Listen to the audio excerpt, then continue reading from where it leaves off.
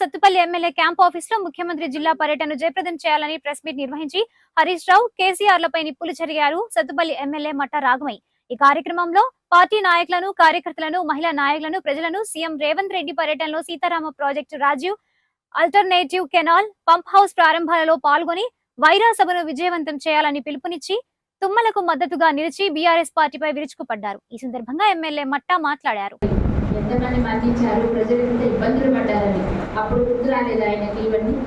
ఇప్పుడు మేము రెగ్యులర్గా హెల్త్ క్యాంప్స్ పెట్టిస్తున్నాము, రెగ్యులర్గా హాస్పిటల్ విజిట్స్ చేస్తున్నాము. మరి ఈ ఫాగింగ్ చేయడం కానీ మీరందరూ చూసారు, సత్పల్లిలో కూడా ఫాగింగ్ చేయడం, దోమలను చల్లించడం, బ్లీచింగ్ చల్లించడం, ఇవన్నీ చేస్తున్నాం. మరి పంచాయతీలో ఉన్న నిధులన్నీ కూడా స్వాహా చేసి ఖాళీగా ఉంచారు. పనులు చేయడానికి నిధులేమి ఉంచలేదు. అయినా కూడా మేము ఏదో విధంగా అడ్జస్ట్ చేసి అభివృద్ధి పనులు చేస్తుంటే ఓర్చలేక ఇలాంటి అవాస్తవాలు, దుష్ప్రచారాలు చేస్తూ వస్తున్నారు. ఇవన్నీ కూడా మేము తీవ్రంగా ఖండిస్తున్నాము. తుమ్మల కృష్ణ గారి విషయానికి వస్తే ఆయన సంగతి మనందరికీ తెలుసు. ఆయన ఎప్పుడూ ప్రచారాల కోసం కానీ, మరి ఫ్లెక్సీల కోసం కానీ, ఆర్భాటాల కోసం కానీ ఆయన ప్రాప్లాడలేదు. ఎందుకంటే ఇప్పుడు కూడా మన శాల్వా కానీ బొగ్గే కానీ ఇస్తే ఆయన సున్నితంగా తిరస్కరిస్తారు. ఇవి నాకొద్దు, ప్రజలకు మంచి చేయండి అని పదే పదే చెప్తూ వస్తారు ఆయన ఇప్పుడు కూడా. ఈ ప్రచారాలు, హక్కులు, ఆర్భాటాలు వద్దు అని నాకు ఎన్నోసార్లు చెప్పారు ఆయన. అలాంటి మంచి వ్యక్తిని పట్టుకొని మీరు ఈరోజు గోదావరి జలాన్ని ఇంటికి చదువుకున్నారు, మేము చేసిన పనులకు మీరు రిపన్ ప్రకటన చేస్తారు, మీరు స్విచ్ ఆన్ చేస్తారు, ఇలా మాట్లాడడం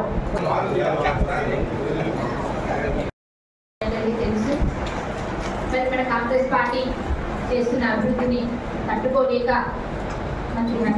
మాజీ మంత్రి హరీష్ రావు గారు కానీ, మాజీ ఎమ్మెల్యేలు ఇంకా కొంతమంది పెద్దలు కలిసి చిన్న విలేకరుల సమావేశం పెట్టి దుష్ప్రచారాలు, అవాస్తవాలు మాట్లాడారు. దీన్ని నేను తీవ్రంగా ఖండిస్తున్నాను.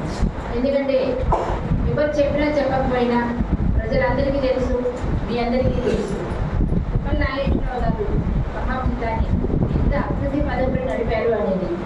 ఆయన చిరకాల కోరిక ఏదైనా ఉంది అంటే పదే పదే చెప్తూనే వస్తున్నారు. ఆయన సీతారామ ప్రాజెక్టు పూర్తి చేయడం, గోదావరి జలాలతో నా జిల్లా ప్రజల కాళ్ళు కడగడము నా జీవిత లక్ష్యం. అది ఉంటే చాలు, నాకు ఇక రాజకీయ జీవితం అవసరం లేదు, అదే నా చివరి కోరిక అని ఆయన పదే పదే చెప్తూ వస్తున్నారు. అదేవిధంగా ఆయన ఎన్నికైన మొదటి రోజు నుంచి కూడా రైతాంగానికి నీరు అందించగలము అనే ప్రణాళికలు రచించి, అలాగే కాంట్రాక్టర్లు మరి గత ప్రభుత్వం ఘనంగా చెప్పుకుంటున్నారు, మేము పూర్తి చేసాం 90% పనులని. ఎక్కడ చేశారు? వాళ్ళు పట్టుమని 30% పనులు కూడా పూర్తి చేయలేదు. దానికోసం 8,000 కోట్ల రూపాయలు ఖర్చు పెట్టారు. మరి ఆ డబ్బులన్నీ ఏమైపోయినాయని నేను అడుగుతున్నాను. ఎందుకంటే కాంట్రాక్టర్ని పిలిపిస్తే వాళ్ళు కూడా ఫిక్స్ పెండింగ్ ఉన్నాయని, మేము పనులు మానేసాము, మేము చేయలేము అన్నారు. అప్పుడు తుమ్మల గారు, భట్టి గారు, బొగ్గులేటి శ్రీనివాసరెడ్డి గారు అందరూ మన సీఎం రేవంత్ రెడ్డి గారి సహకారంతో వారికి ఇవ్వాల్సిన బకాయిలు చెల్లిస్తూ వారిని ఒప్పించి పనులు పరిహారాన్ని 5 సంవత్సరాలు ఎందుకు ఇప్పించలేకపోయారు. కొంతమందికి ఇచ్చి కొంతమందికి ఆపారు. మరి దాన్ని వెంటబడి మరి నేను పదే పదే విజ్ఞప్తి చేశాను. అలాగే మన తుమ్మల గారు కూడా పదే పదే గుర్తు చేసి మరి భట్టి గారితో 12 కోట్ల రూపాయలని వారికి రైతాంగానికి విడుదల చేయడం జరిగింది. ఆయనే ప్లాన్ చేశారు ఆల్టర్నేట్ కెనాల్ తవ్వాలి అనేది.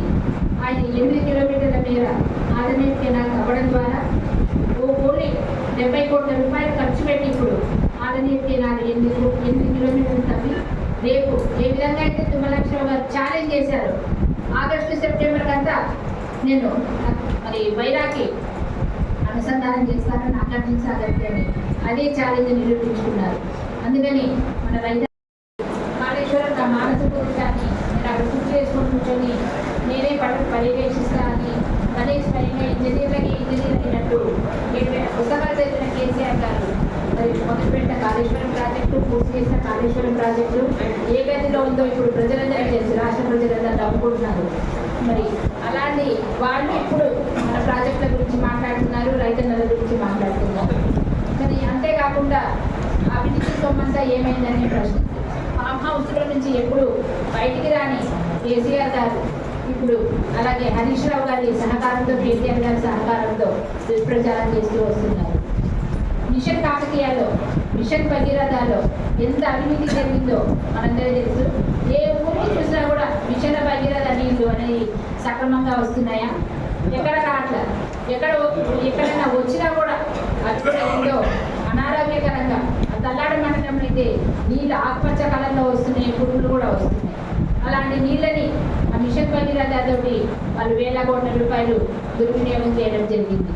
అలాగే మిషన్ కాకతీయ కూడా మట్టిని రైతులు కానీ గృహస్థులు కానీ వాళ్ళ చిన్న అవసరాల కోసం తోలుకుంటే వాళ్ళ మీద కేసులు పెట్టారు.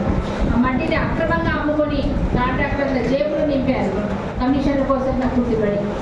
వాళ్ళ స్థాయికి తగ్గదని నేను మళ్ళీ వాళ్ళకి ఒకసారి మనవి చేసుకుంటూ, ఇంకొకసారి ఇట్లాంటివి మా మంత్రివర్గాన్ని కానీ, మా రేవంత్ రెడ్డి గారిని కానీ, బట్టి గారిని కానీ, రెడ్డి గారిని, మిగతా మంత్రివర్గాన్ని ఎవరైనా విమర్శిస్తే మాత్రం మేము ఊరుకునేది